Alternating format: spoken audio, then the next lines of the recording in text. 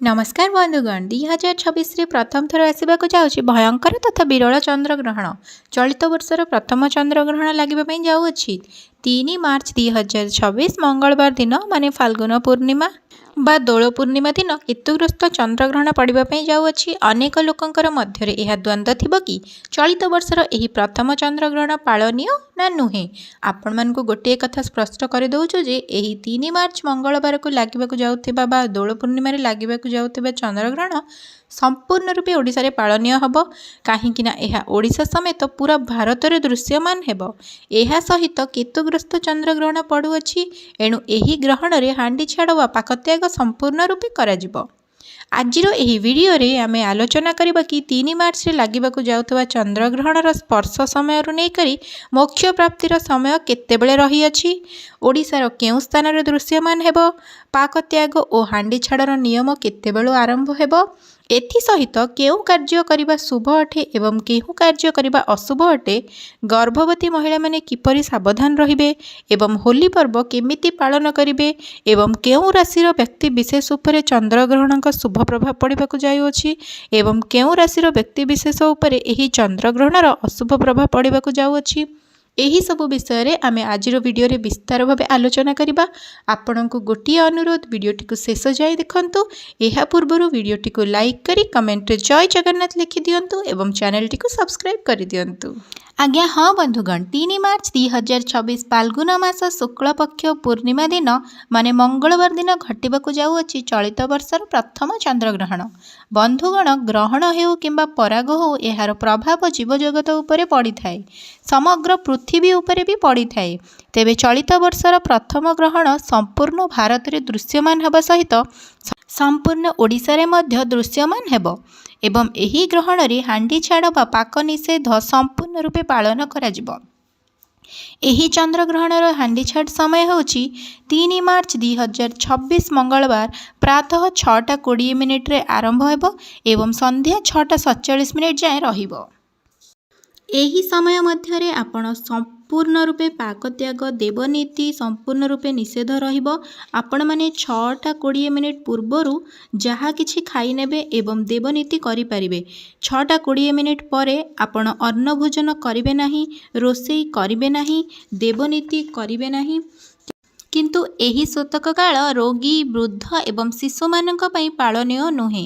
ग्रहण लागिबार समय बा ग्रहण ग्रास समय हेउची 3 मार्च 2026 मंगलवार दिन अपराह्न 3:20 11 सेकेंड रे आरंभ हेबो एवं संध्या 6:47 18 सेकेंड रे ग्रहण शेष हेबो अर्थात मोक्ष प्राप्ति हेबो। एही विरल ग्रहण महाकाश रे प्राय 3 घंटा 27 मिनिट 7 सेकेंड जाए रहिबो। एही 3 घंटा 27 मिनिट मध्य रे विशेष करी गर्भवती माने बाहर को बाहरंतु नाही, ग्रहण दर्शन करिबा मना अटे। गर्भवती महिला माने एही ग्रहण समय रे गोटे नड़िया कोଳରେ धरी बसिले गर्भजनित जंत्रणा रही न थाए कि शिशु उपरे ग्रहण जनित कोनोसी कुप्रभाव पड़ी न थाए, गर्भस्थ शिशु सुरक्षित रही थाए। ज्योतिष शास्त्र रे एही विरल चंद्रग्रहण प्रभाव रे ग्रह एवं नक्षत्र रे बहुत बड़ परिवर्तन हेबाकु जाउअछि। जेहेतु एहा केतुग्रस्त चंद्रग्रहण लागिबाकु जाउअछि तो एहार सीधा प्रभाव राशि चक्रर 12 गोटी राशि उपरे पड़िबाकु जाउअछि एवं ग्रह मानकर चलन हेतु किछि राशि उपरे सुप्रभाव पड़िला बेले अन्य किछि राशि उपरे कुप्रभाव पड़िबाकु जाउअछि। राशि चक्रर 12 गोटी राशि मध्यरु केवल 8 गोटी राशि उपरे एही चंद्रग्रहणर शुभ प्रभाव पड़िबाकु जाउअछि। एमानक पई चंद्रग्रहण देखिबा अत्यंत शुभ अटे। सेही राशि गुड़िक हेउछंती मेष राशि, मिथुन राशि, कर्कट राशि, सिंह राशि, तुला राशि, बिच्छा राशि, धनु राशि, मकर राशि एवं मीन राशि। एही 9टी राशि चंद्रग्रहण प्रभाव रे अत्यंत शुभप्रद रहिबो।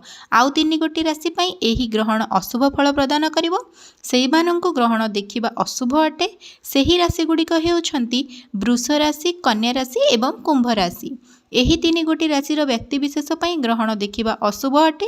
एही 3 गोटी राशिर व्यक्ति विशेष माने ग्रहण समय भगवान शिवंकर आराधना करंतु, महामृत्युंजय मंत्र पाठ करंतु, अत्यंत शुभ फल प्राप्ति हेबो। धार्मिक मान्यता अनुଯାयी एही चंद्रग्रहण समय रे समस्त दैवी शक्ति मानकर शक्ति कम हो जाय थाए एवं नकारात्मक शक्ति मानकर प्रभाव अधिक रही थाए। तेणु बंधुगण जदि आपणकर विवाह हो सारी ताहले ग्रहण समय भूल भी शारीरिक संबंध रखंतु नाही। एही समय रे नकारात्मक शक्तिर प्रभाव अधिक रहुथिबा हेतु आपण को अनेक प्रकार दोषर सामना करने को पड़ पारे। बंधुगण प्रथम उपाय जहाँ आपण मानंकु कहिबी ताहा करजरु मुक्ति पाइबार उपाय। बंधुगण जदि आपण एपरि किछि करज करिसंती जहाको जेते चेष्टा कले भी सुझी पारु नाहंती, दिनकु दिन आर्थिक समस्या बढ़िबारे लागिछि एवं आपणक जीवन रे धन आसीबा बंद हो जाइछि, आपण ए सब समस्या को नहीं चिंतारे अछंती कि तेबे चंद्रग्रहण जेमिति अपराह्न 3:20 रे आरंभ हेबो सही समय रे आपण गोटिए नाली कपड़ा नियंतु। सही कपड़ा उपरे 3 किंबा 5 किंबा 7टी लवंग नियंतु। सेथिरे गोटिए 1 टंकार मुद्राटीए रखी तार गोटिए पुटुली प्रस्तुत कर दियंतु और सही पुटुली निज पूजा घरे रखी नियंतु एवं एहा परदिन स्नान करि सारिबा परे सही पुटुलटी को नहीं मंदिर बाहरे बसिथिबा भिक्षुक को दान कर दियंतु। केवल एतिकी काम जदि आपण चंद्रग्रहण दिन कर दियंती तेबे विश्वास करंतु आपणको समस्त करजरु मुक्ति मिली जिवो। देखिबे केवल 1 मास भितरे आपणकर समस्त करजरु मुक्ति पाई जिवे। आपण जीवन रे धन आसीबा आरंभ होई जिवो। धन आगमनर विभिन्न मार्ग मध्य खोली जिवो। ग्रहण स्पर्श समयटी गर्भवती मानक पई बहुत गुरुत्वपूर्ण समय एवं संवेदनशील समय होता है। यही समय रे आपण माने कोनोसी जिंस कटाकटी किंबा सिलाई करबा ए सब करंतु नाही, नचेत एहार सीधा प्रभाव गर्भस्थ शिशु उपरे पड़ी पारे। ग्रहण लागुथिबा समय रे कला रंगर वस्त्र परिधान करंतु नाही एवं बाहर को बाहरंतु नाही। झरका कबाट बंद करी घरे रुहंतु। ज्योतिष शास्त्र अनुसार यही समय रे केतेक कार्य करने को बारण कर जेमिति कि एही समय रे रोषेई करने को मना कर कारण एही समय रे रंधा होइतिबा खाद्य अशुद्ध होइथाय एवं विष समान होइथाय। आपण माने ग्रहण स्पर्श करने समय रे रोषेई कार्य करंतु नाही। रोषेई आपण सकाळ 6:20 पूर्वर सारी दियंतु एवं सेथिरे तुलसी पत्र पकेकी रखि पारंती। जदि आपणक घरे रोगी वृद्धा एवं छोट छुआ अछंती आपण सही कार्य करि परिबे। ग्रहण समय रे कोनोसी शुभ कार्य करंतु नाही किंबा शुभ कार्य पई आलोचना करंतु नाही, एहा आपणक पई अनिष्ट होइथाय। एही समय रे देवनीति संपूर्ण रूपे निषेध अटे। आपण सकाळ 6:20 पूर्वर देवनीति करि दियंतु। ग्रहण शेष होला परे आपण मुंड धोई स्नान करिवे एवं पिंधिथिबा वस्त्र धोईदेबे एवं निज घर को गंगा जल मिसेई भल भाबरे पोछि शुद्ध करदेबे। एहा परे आपण ठाकुर दर्शन करी शुद्ध मनरे रंधन कार्य करी पितृलोकंकु अन्नदान करंतु। आपणकर मंगल हेबो। आशा करुछि मोर आजिर वीडियोटी आपण मानकु भल लागिथिबो। जदि मोर वीडियोटी भल लागिछि वीडियो को लाइक शेयर करके चैनल को सब्सक्राइब कर दियंतु।